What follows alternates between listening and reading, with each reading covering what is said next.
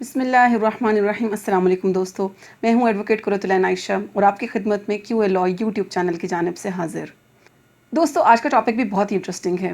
آج صبح ہی ہماری ایک کلیگ ہے، انہوں نے ایک سوال شیئر کیا جو کہ کسی نے ان سے دریافت کیا تھا کہ کورٹ میرج کس قانون کے تحت کروائی جاتی ہے اور اس کی قانونی اور شرعی حیثیت کیا ہے۔ دوستو، آج اس ٹاپک پہ بات کریں گے اور کچھ ڈفرینٹ پہلوؤں کو سامنے لے کر آئیں گے، لیکن اس سے پہلے ایک چھوٹی سی ریکویسٹ کرتی ہوں کہ اگر آپ نے ہمارا چینل سبسکرائب نہیں کیا تو کائنڈلی چینل کو سبسکرائب کیجئے، اپنی آراء کا اظہار کامنٹ سیکشن میں ضرور کیجئے۔ دوستو، سب سے پہلے تو میں اس کورٹ میرج کے فریز کو ڈسکس کروں گی۔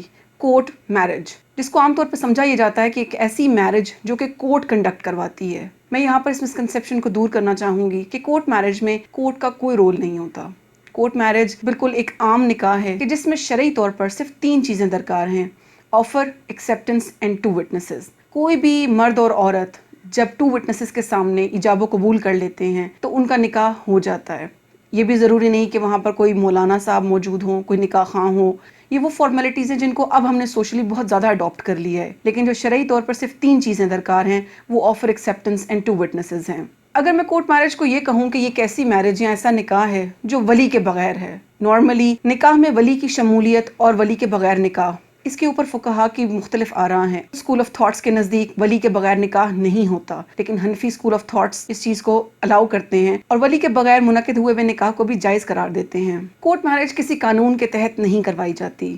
میرج تو ایک ہی ہے، نکاح ایک ہی ہے جو مسجد میں ہو سکتا ہے، گھر پر ہو سکتا ہے، بہت زیادہ دھوم دھام سے ہو سکتا ہے، بینڈ باجوں کے ساتھ ہو سکتا ہے اور خاموشی سے اور سادگی سے بھی ہو سکتا ہے۔ نکاح کے تو صرف 3 ہی پری ریکویزٹس ہیں۔ اب ہم اس کے پہلوؤں پر بات کرتے ہیں کہ کیا یہ ٹھیک ہے یا نہیں ہے، کیا کورٹ میرجز ہونی چاہیے یا نہیں ہونی چاہیے۔ اس کے بارے میں بھی ہم مس گائیڈنس کا شکار ہیں۔ اگر ہم ایک موقف کو اختیار کرتے ہیں تو اس کی ایکسٹریم پر چلے جاتے ہیں، اور اگر ہم اس کے برخلاف کوئی موقف اختیار کرتے ہیں تو اس کی بھی ایکسٹریم پر چلے جاتے ہیں اور کسی درمیان کے راستے کی بات نہیں کرتے۔ دوستو، اگر میں یہ کہوں کہ کورٹ میرج بالکل غلط ہے تو یہ بھی درست نہ ہوگا، اور اگر میں یہ کہوں کہ کورٹ میرجز ہونی چاہیے تو یہ بھی درست نہیں ہے۔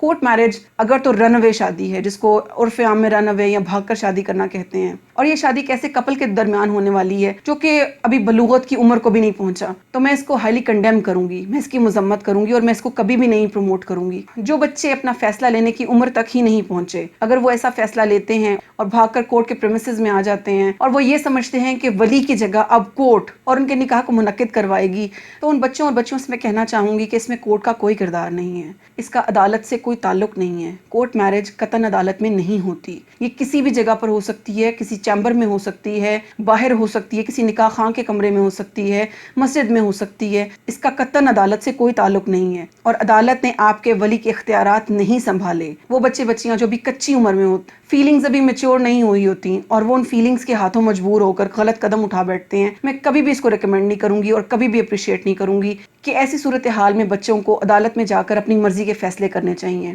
جب یہ کیسز عدالتوں میں پہنچ جاتے ہیں تو عدالتیں بھی ان کیسز کو اپریشیٹ نہیں کرتی، لیکن چونکہ وہ ایک دوسرے کے ساتھ نکاح کر چکے ہوتے ہیں تو بھلے خاندانوں کی طرف سے پریشر بھی ہو، اب عدالت کچھ بھی نہیں کر سکتی سوائے اس کے کہ اس بچی کو اس بچے کے ساتھ بھیج دیتی ہے۔ اور اگر وہ ایسا نہ کرے تو ہمارے ہاں آنر کلنگ بھی بہت زیادہ عام ہے، ہمارے ہاں بھاگ کر شادی کرنا بہت معیوب سمجھا جاتا ہے، یا اس بچی یا اس بچے کے ساتھ گھر جا کر کیا سلوک کیا جائے گا اس کے بارے میں بھی ہم کوئی گارنٹی نہیں دے سکتے۔ تو عدالت بہتر یہی سمجھتی ہے کہ ان دونوں کو ایک دوسرے کے ساتھ رہنے دیا جائے۔ قانونی طور پر وہ میاں اور بیوی تو بن جاتے ہیں، شرعی طور پر بھی نکاح ویلڈ ہے، لیکن معاشرتی طور پر وہ جو رن اوے کا سٹگما ہے وہ تھرو آؤٹ ہمیشہ کے لیے ان کی لائف پر لگ جائے گا۔ پھر میں وہی بات کہوں گی کہ دین اسلام نے فیملی یونٹ کو بہت سیکرڈ سمجھا ہے، اس کی بہت سینکٹٹی رکھی ہے، ہولی، اس کو مقدس، اس کے تقدس کی بار بار بات کی ہے، فیملی یونٹ کے تقدس کو پامال نہ ہونے کی تاکید اور تنبیہ کی ہے کہ کسی طرح یہ یونٹ مضبوط ہو۔ اگر اس کی بنیاد ہی رن اوے میرج کے اوپر ہوگی تو وہ کیا ہی مضبوط ریلیشن قائم کر سکے گا،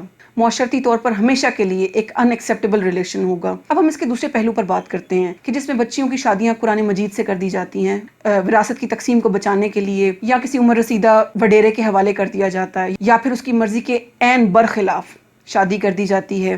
ان تمام پریشر سے اگر کوئی بچی نکل کر اپنا نکاح اپنی مرضی سے کرنا چاہے اور اس کے پاس ایک آپشن کورٹ میرج کے نام پر موجود ہو، تو میں نہیں سمجھتی کہ ایسی صورتحال میں کورٹ میرج کرنا کسی بھی طرح غلط ہوگا۔ اپنی بات کے اختتام پر میں صرف ایک گزارش کرنا چاہوں گی، ایک نصیحت کرنا چاہوں گی ان بچوں کو جو بھی چھوٹی عمر میں ہیں، کہ کوئی بھی ایسا فیصلہ جو آپ کی زندگی کا فیصلہ ہو، جس کا اثر آپ کی پوری زندگی پہ ہونے والا ہو، تو اس کو اپنے بڑوں سے پوچھے بغیر نہ لیں۔ چھوٹی چھوٹی باتوں پر بڑوں کو ڈس اوبے کرنا، بغاوت کرنا، یہ اخلاقیات کی نشانی نہیں ہے۔ آپ کے والدین نے آپ کے ساتھ بہت محنت کی ہوتی ہے، بہت ہارڈ ٹائم گزارا ہوتا ہے، ان کا حق ہے آپ کے اوپر کہ آپ ان سے مشورہ کریں، اپنی بات ان تک کنوے کریں۔ لیکن ہاں، اگر انوائڈیبل سرکمسٹانسز کریٹ ہو جاتے ہیں اور آپ کو لگتا ہے کہ آپ نے ہر حربہ آزما لیا لیکن وہ آپ کی بات نہیں سمجھ رہے، تو یہ توجیہ پھر بھی سمجھ آتی ہے، لیکن صرف اپنی امیچورٹی کی بھینٹ اپنی فیملی کو نہ چڑھائیں۔ کورٹ میرج جیسی اینٹی بایوٹکس صرف اس وقت استعمال کریں جب انتہائی ضرورت۔ چھوٹی چھوٹی باتوں پر